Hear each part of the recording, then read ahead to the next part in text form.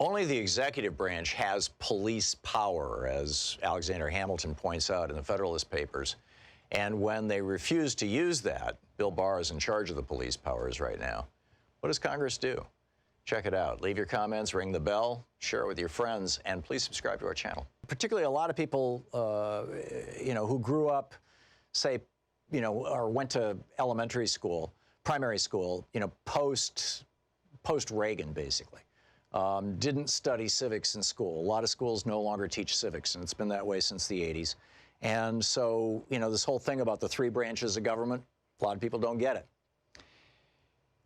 Alexander Hamilton lays it out in Federalist number 78 quite clearly and explicitly.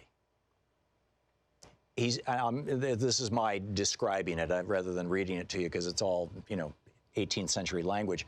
But basically what he says is, and he was trying to sell the Supreme Court, and so he was talking about how harmless it is. And he said, Congress has the power to appropriate and spend money. But that's it. They make the laws.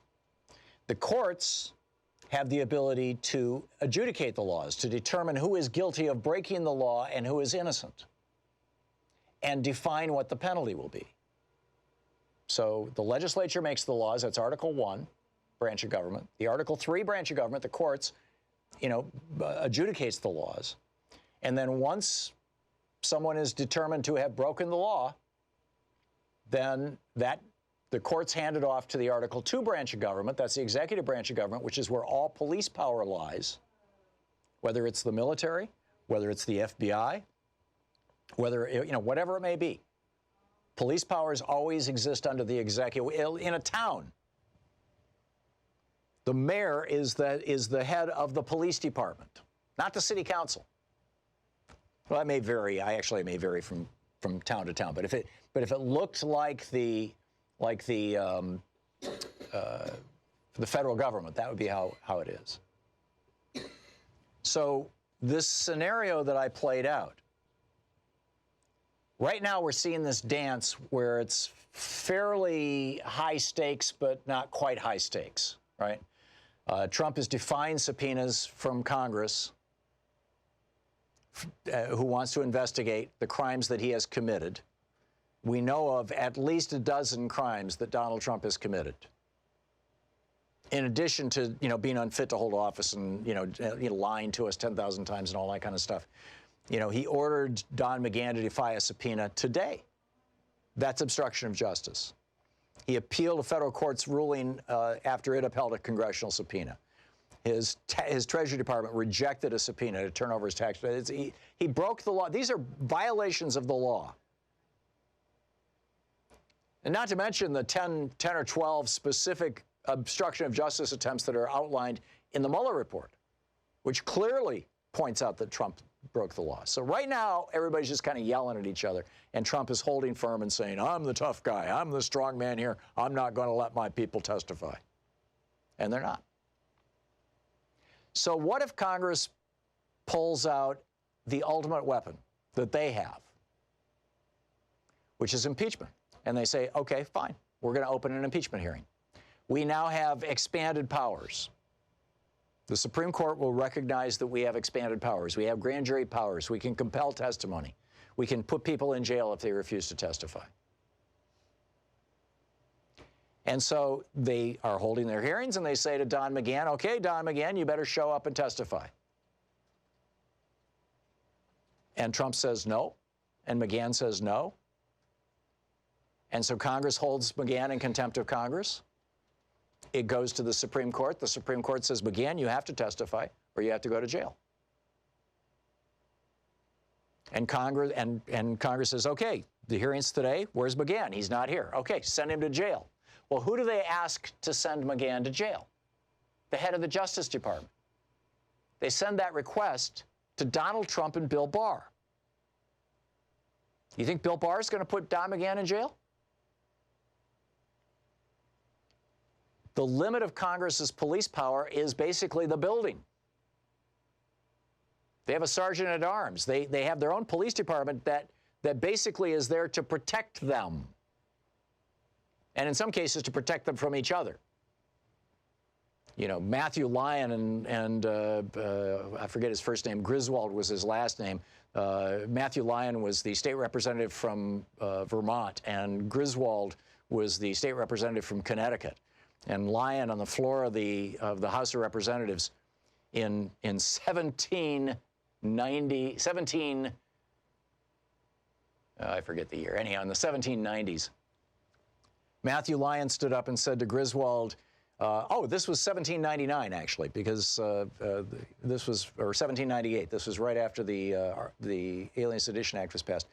Lyon says to Griswold, "You, sir, are only defending the interests of the rich." Griswold grabs a poker out of the fireplace on the floor of Congress and runs over and hits Matthew Lyon with it. They get in a fist fight on the floor of the House. Who breaks it up? The Sergeant at Arms, the Capitol Police. Not the Capitol Police, in quotes. That's literally a legal entity, but the Congress's police. So that's basically what they've got. They've got that police force. That police force is not going to go out and get Don McGahn. So what happens? What happens when the Supreme Court orders the president to allow his people to testify?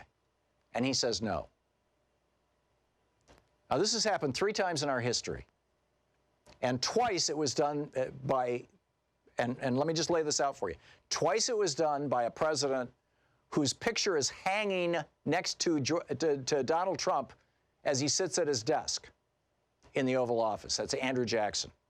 Andrew Jackson, when John Marshall ruled that Andrew Jackson could not do the Trail of Tears, Andrew Jackson said, you know, John Marshall's made his decision, let him enforce it, knowing that the Supreme Court doesn't have a police force.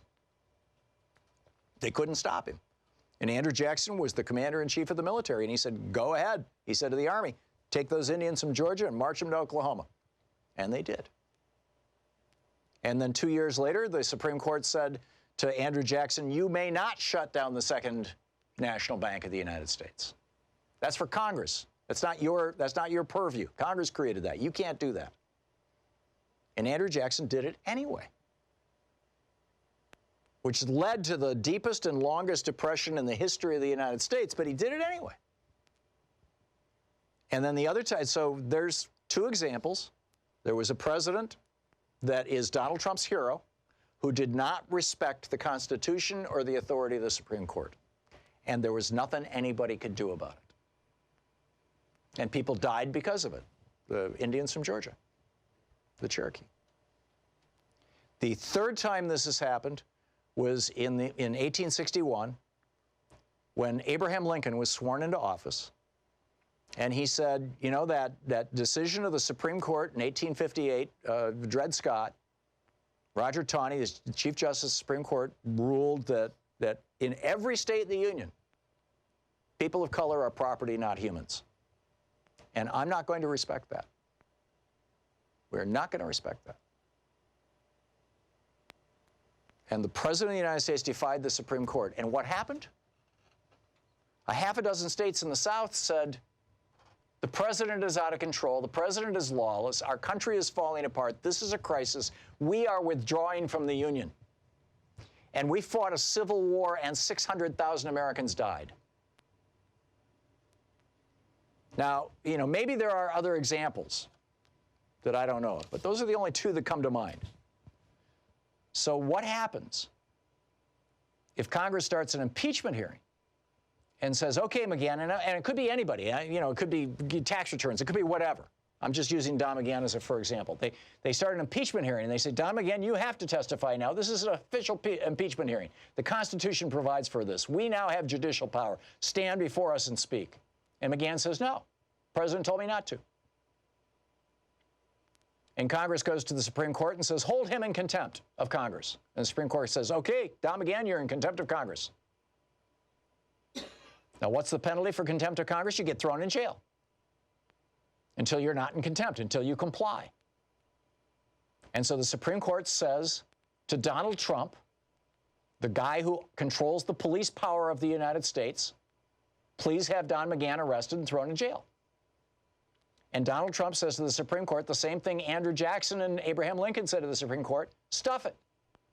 Ain't going to do it. At that point, have we ceased to be a functioning republic? I have an article that raises these questions. It's all over the internet. You can find it on Alternet or Raw Story or Truth Dig or Common Dreams, you know, about the parallels between what we're going through right now and what Rome went through at the end of their republic. I mean, this is literally how the Roman Republic died. The country of Rome continued. The empire of Rome continued for another 1,400 years. Rome didn't fall until 1453 when Constantinople was sacked. But it ceased to be a republic around 30 or 40 BC with the assassination of Caesar and the starting of the triumvirate and all that kind of stuff. Because basically the rule of law no longer stood. People didn't respect the institutions of the republic. They respected who had the strongest army. It became a nation of warlords.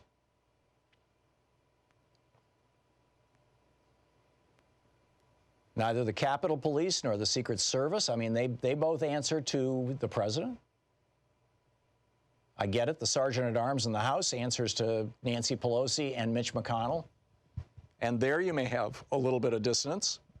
What happens if Nancy Pelosi says, well, if Don McGahn wanders into the Capitol building, please arrest him.